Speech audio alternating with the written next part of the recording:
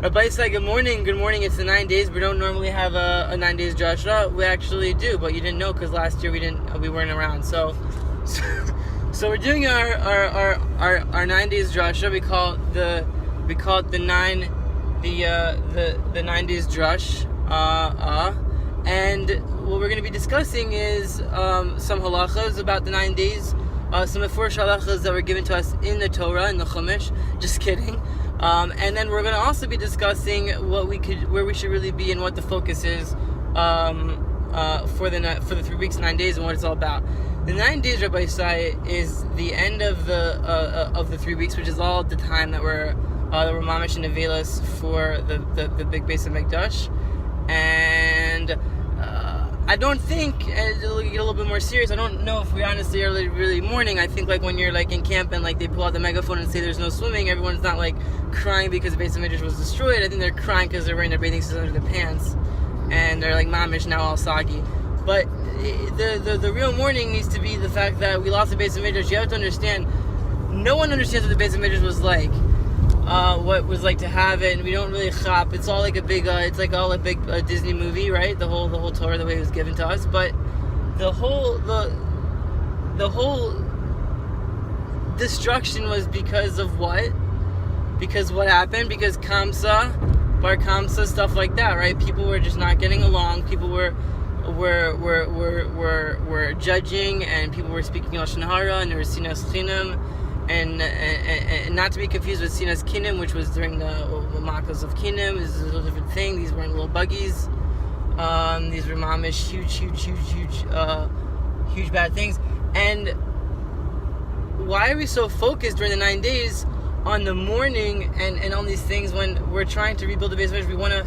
We want to be metaking what happened. Obviously, we have to do it, but obviously it's good to like have a platter of lax and bagels and stuff your faces and pretend you're sad. But the real important thing is to be metaking this whole thing. And how do you do that? The opposite of fighting and all that is what? Ahava, which is what? Not just a cream that you rub all over your body. It's not just a lotion. It's also mamish, a way of life. It's about loving everybody, regardless of if they're sounds Lubavitch or sounds Yeshivish or sounds whatever ish, if they're Jewish or not ish, it doesn't make a difference. It's loving everybody and showing that through that love that we're ready to have another base of Midrash. Because if the base of Midrash came now, obviously we would have like 8 different minions going on in like 8 different parts of it, 800 different minyanim, and no one would get along. Everyone would be fighting, and everyone would be Kamsing and Bar Kamsa. People would just name their kids Kamsa and Bar Kamsa. It'd be like one name. That's how bad it would be. So we have to stop focusing so much on, and I'm gonna bring some Maran Mekaimis, maybe even a little bit of haskama from maybe another Rebbe. I'm not sure, but we know I think that's what we could focus on now.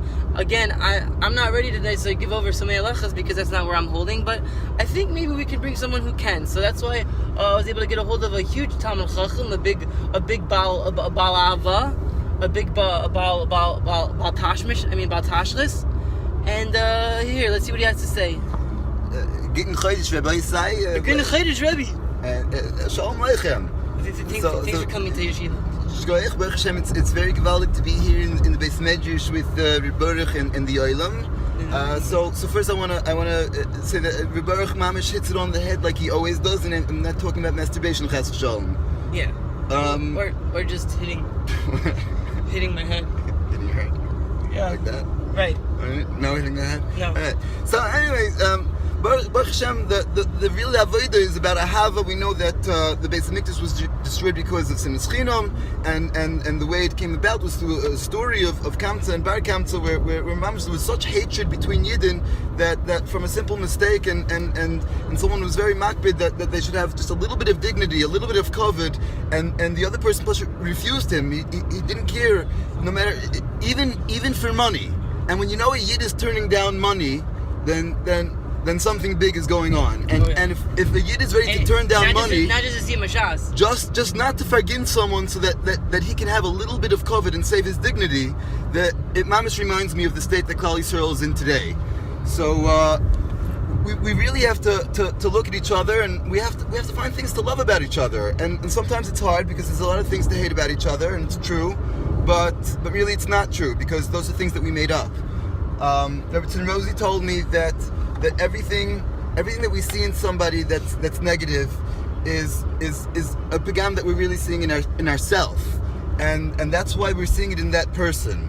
And Baruch Hashem, we can look at each other as mirrors, and when we see something bad in them, we can take it as a musar for ourselves, and we should say that if I'm seeing something bad in them, and really something bad in me, then the bad is not really in them, and then they must be really only good. So then what can you have but love for somebody that's only good?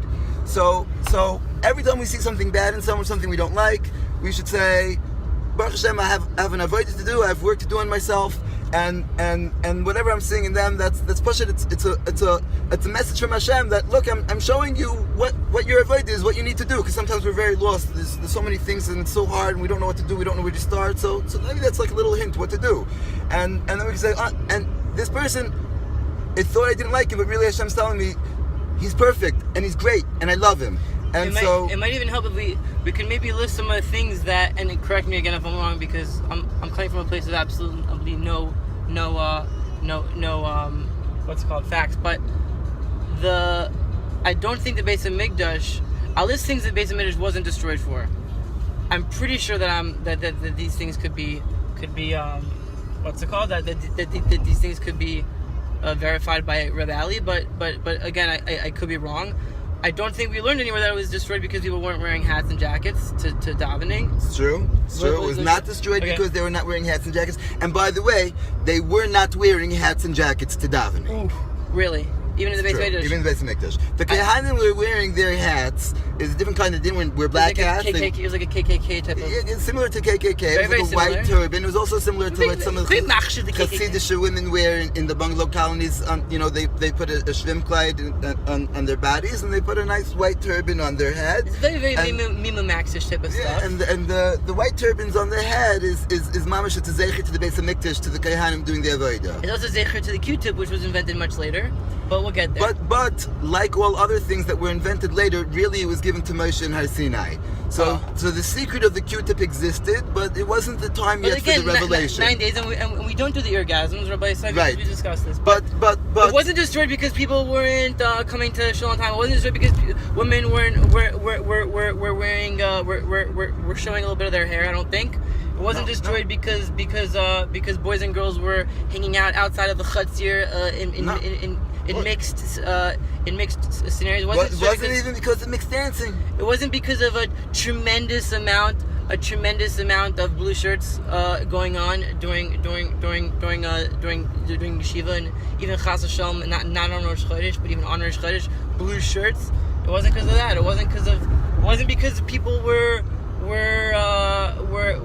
eating a brach, I don't think, and people were not everything was muksa and everything was again. I don't think it was destroyed for any of these reasons that we were all. It wasn't because they were texting on their cell phones on Shabbos either. Chas v'shalom, using a false halachic construct. It wasn't because they had the internet. The internet. It wasn't because they had the one internet. It wasn't because they were on the Facebook. Right. All these things. It's so funny that Hashem doesn't bring these things up in the Torah. And even more than that, it wasn't brought up ever until very, very recently. But of course, now it's become Torah Shebiksav, and we're on a mission to destroy that. Mamish, I will destroy it. So let's work on ahava, and Ali is going to give us. He's the king of ahava, so he's going to give us some pointers. So ahava is very simple. It really starts like Hillel teaches us by treating others like we want to be treated ourselves. So whenever when Achashverosh calls us in and he says, how would you treat, the person that the king wants to reward, and you start coming up with all these ideas of how you want to be treated, don't be upset when you start giving that treatment to Mordechai Tzaddik instead of to yourself, because that's what the 9 days is about. That's what ahava is about. It's like, it's saying, what would I like for myself? Now how can I do that for somebody else instead of for me? So it's not that we're going to come and saying that I want this for me, and I'm going to be upset when I give it to somebody else. We're going to say I want it for me, and then Dafka I'm going to give it to somebody else. So we should learn from Hamana Russia how to do ahava right. Right, Baruch? Everything, almost all the ways that in general that I love people is just I think what would Haman do, right? Yeah. What would Haman do for himself? Right. And then do that for somebody else. But only like the Rebbe Hill Haman version, like the real. No. The Very two funny. yellow cassettes from the 80s. It probably came on CD later. I don't know. I'm a little too old for that. Wow, you're like my Zadie. Well, Zadie was... When Zadie was young, was called Zadie's Coming. I think we... When I was a kid. I think we should...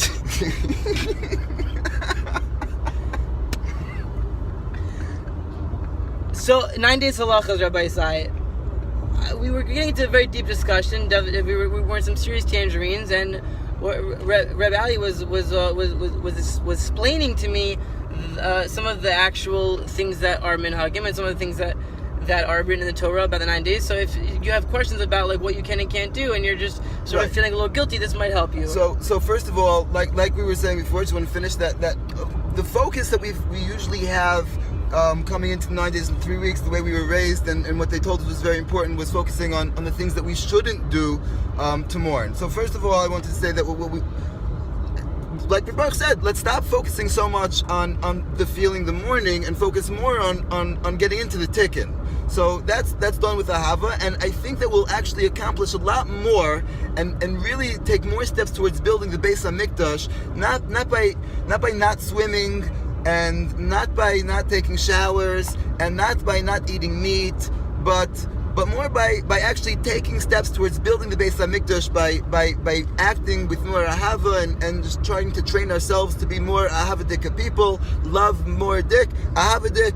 Listen, if you have to go to the lotion store and even buy some ahava cream and carry it around with you, just to say like I have a little bit of ahava. Like that's to remember, and from the gashmias, it seeps in through the shitchias and it becomes mamish part of the etzim, part of the ruchnias. As they say, lotion shma, boy lishma. Exactly. So if you don't have the lishma ahava, what you do is you buy a bottle of cream, and you not on Tisha B'Av, it's also on Tisha B'Av itself, but for the rest of the 9 days you smear a little cream, just a little bit, a dollop. It's not a shear. Make sure you don't do enough shear. It should be less than a kazayas, but the simon will remind you, and you'll feel your mamash feel the ahava seeping into you, and then you can start expressing that ahava outward once you start, with the ahava cream that gives you a boost, it gives you a jump start.